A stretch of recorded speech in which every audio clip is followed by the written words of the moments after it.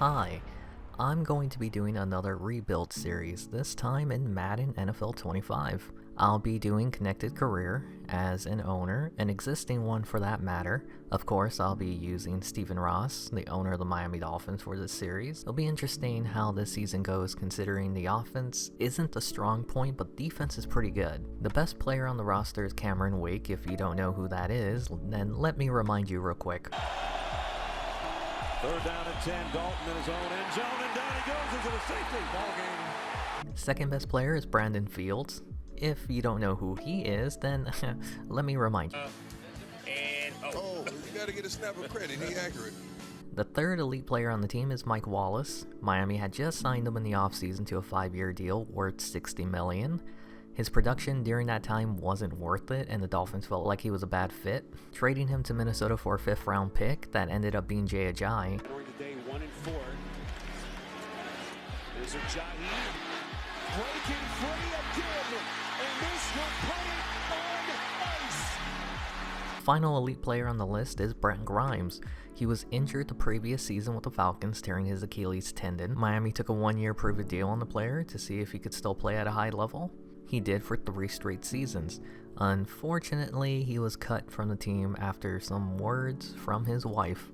Now I'm going to show you some of the changes we made from the preseason roster to the regular season roster, such as there is no need for us to keep 4 quarterbacks on the team. Both Devlin and Corp were cut. Tannehill will be the starting quarterback, and Matt Moore will continue to be the backup. We could sign a 3rd quarterback, but I'll only do that if an injury is to happen to either of these two. The running backs on the roster aren't that impressive, so I went to free agency to get the best player available at the spot. Past his prime, Michael Turner, he instantly brings credibility to the position. We had to let Big Pen go in order to bring him on, but it was worth it. I believe Lamar Miller can be an excellent change of pace back, while Daniel Thomas can learn from Turner and possibly be a 3rd down running back. The fullback position is tricky because Charles Clay can be an excellent pass catcher, but Javorsky Lane is, well, he can make his own lane. So I decided to keep them both. Miami has a lot of wide receivers, but only one of them is really good, that being Mike Wallace. Everyone else is below average or bad. Wasn't hard to just cut everyone that didn't impact the cap. We'll go into the season with just 5 receivers. It gets a bit hard here at the tight end position as everyone behind Dustin Keller is pretty decent and young, so there's room to grow for them. I ultimately decided to keep 4 of them on the roster. Was that too many? Possibly, but if an injury were to occur, we're ready. The blindside blocker is between Martin and Donald. I usually never carry more than an extra lineman at the position, so Yeatman was released. Either way, the line isn't a strength to this team. Richie Incognito is on this team as well. Everything is flooding back to me. This position is going to be the same going into the regular season, with Incognito being the starter. Mike Pouncey is the leader of the offensive line, the current starter at center for the season, while Lance Lewis will hold down the right guard position going into the season. The offensive line is pretty weak. Thankfully, we have Tyson Clabo to help out at the right tackle position. Holding. Offense, number 77. 10-yard cut. Unfortunately, we will be without Clabo for the first week of the season. He's out with an injury, which means Nate Gardner will be the starter heading into the year. Moving to the defensive side of the ball, Cameron Wake is the clear starter at left end. He's 31, so the back end of his career, but has plenty of elite years to still give to the team. Deion Jordan was selected in the 2013 draft as a number 3 overall in a surprise trade-up. He must have been worth it. He'll be the obvious starter at right end. We have 3 good starters at defensive tackle, Starks, Soliai, and Martin. It's a bit overcrowded. I let the lowest rated player go. 4 defensive tackles is more than I usually carry, but considering the team runs a 4-3 defense, it's a smart move in case of injuries. Our linebacking unit isn't the strongest either. Kowamisi is at the left outside linebacker position. He'll be starting this season. Ellerby is the inside linebacker with Jenkins backing him up. We had to let go of Spittler, but I don't think it'll impact the team too much. Wheeler is our best linebacker at the right outside linebacker spot. The depth behind him is also the weakest, so let's hope he doesn't get injured. We had to let go of Freeney in order to stay under the 53-man roster. Another position that had a lot of players, not many of them good, the cornerback spot. Grimes is clearly our best player in this position, followed by Marshall and Taylor by a long mile. After them, they're pretty much within the same skill set. As expected, there were a lot of cuts, only retaining 5 corners. Our safeties might be our saving grace on this team. Chris Clemens is pretty good, the depth behind him isn't, but I'm banking on him not getting injured. So I let go of McRae. What strong safety is G5, Rashad Jones. I can't believe he's not a 90 overall, but this must have been before his career year. Turns out he just had his first breakout season prior. I'll accept that, EA. Miami had 2 kickers on the team, All-Pro Dan Carpenter and Caleb Sturgis. No way Miami kept them both. At the time, this is how I felt about keeping Sturgis. For the extra point try. Yeah, he was playing the win. Ooh, and that's a direct. Finally, the last position is Brandon Fields, who is the punter. Hashtag punters are people too. Okay, we are finally at the regular season. First game against the Cleveland Browns. Before the simulation begins, Audrey got injured in the second preseason game. He's also not the only injury before the first game. Tyson Clabo, as mentioned earlier, is out for the first game of the season, while Jonathan Martin will just be able to make the first game. These injuries were from after the second preseason game. Miami does start the year off 1-0, beating the Browns 30-17.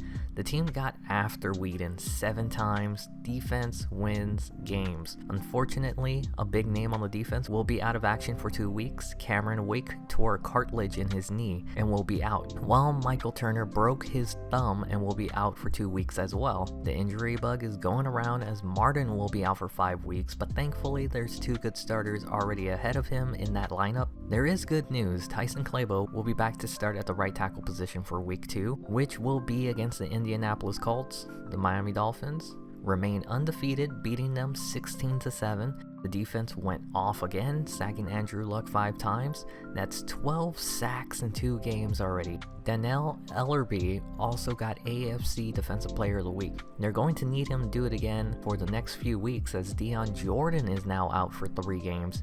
This means the Dolphins will be without Wake or Jordan, their best pass rushers, next week. They've only been on the field together for the season opener. Their next game will be against the also undefeated Atlanta Falcons. Injuries have finally caught up to the team. They would lose 33-7, losing their first game of the year. They would lose their home opener, but good news is that Cameron Wake has been cleared to play. Jordan will still be out for 1 more week, but at least they get back some of their deadly pass rush for the next game, which will be a Monday night game against the winless New Orleans Saints. Well, apparently having Wake back means nothing if your offense can't get more than 2 touchdowns, which they haven't been able to do the past 3 games. After starting 2-0, the Dolphins find themselves at 2-2 going up against the Ravens, a team they typically struggle with. They would pull off a close win at home, 23-17, to earn their first home win this season. After a week 6 bye, they found their first divisional matchup against the Buffalo Bills, where the defense didn't show up at all, getting blown out 41-24, pushing Miami back to 500 on the year. They'll have back-to-back division games playing against the Patriots in week 8 at Gillette Stadium. The Miami Dolphins offense had been absolutely pitiful, but their defense has kept them staying in games. Can their defense hold up against the Patriots? The answer would be yes. 13-10 win for Miami, a shocking upset. They just eked one out against them to go back above 500 on the year. Cameron Wake earned Defensive Player of the Week, getting 4 sacks in the game. Dion Jordan had 3, Soliai 2, and the entire team as a whole had 13 sacks. I believe they knocked Brady out of the game early, and they even forced Tim Tebow in at one point. With that being said, 4-3, sluggish offense, aggressive defense, another primetime game, the Wake Off. Let's see if they can win, just like in real life. The Dolphins are such an enigma. They win the tough ones, but lose the easy ones. Maybe they're just not a primetime team. They have another primetime game against the Buccaneers. Who are the Dolphins? The greatest mystery of the modern times. They're back above 500 with another strong defensive showing. The team got after the Bucs quarterback Josh Freeman, sacking him 6 times. 4 of them belong to Dion Jordan, who earned AFC Player of the Week. Going into the second half of the season at 5-4, they take on the San Diego Chargers, and for the first time since the beginning of the season, the Dolphins won back-to-back games. Week 12 will be their biggest test since the Tampa Bay game to prove they're a playoff-worthy team. They pulled out a win, earning their 3rd win in a row, and they are now 7-4 on the year. Now, going into just their 3rd division game of the season, First meeting against the Jets, this could have a huge impact for the division. Before we see the results of the game, there are players on the final year of their contract that we need to try and resign. Rashad Jones isn't exactly having a spectacular season so far, but he's not terrible. 1 interception on the year, 67 tackles, pretty decent. He wanted a 5-year contract. Considering his age, I felt like he'd be too old to still perform well, so I cut it down to 3 years. The other player this week who wanted a contract offer was Randy Starks. He's doing pretty well for a defensive tackle. 3 sacks isn't too bad. He is on the older side. I wanted to give him a 2-year deal. Going back to the Jets game now, the Dolphins couldn't pull off a win against them. Just like all good things, the winning streak had to come to an end. Doesn't mean the playoff hopes are over. They have another chance to prove they can pull off wins when they need them against the Pittsburgh Steelers. Neither Jones or Starks accepted our offers, but they were willing to hear us out again. I offered less salary to Jones, but more of a bonus to see if he would accept it, while I slightly nudged Starks' salary up a bit to see if it would be enough. A new player looking for a contract is Dan Carpenter. So far his season is not looking too good. I'll hold off on offering him a new contract, but Miami would come out with a win against the Steelers, proving this team may very well be a playoff team, or just a really confusing team to figure out. More good news, Rashad Jones did accept our offer, which means we won't have to worry about the strong safety position going into next season.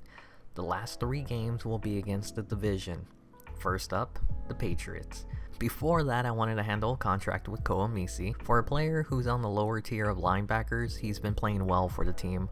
I offered him a 2-year contract, something short that we can get out of real quick if we needed to move on. It's more of a prove-it deal. If he keeps it up, he can get a bigger contract down the road. Randy Starks still hasn't accepted our offers. If he doesn't accept this one, I think we'll just wait till the off-season to see if we want to re-sign him. Let's go ahead and see if Miami swept the Patriots this year, and they would get blown out by New England, dropping to 8-6 on the year. There's no way Miami would ever drop the final 3 games to the season and miss the playoffs, would they?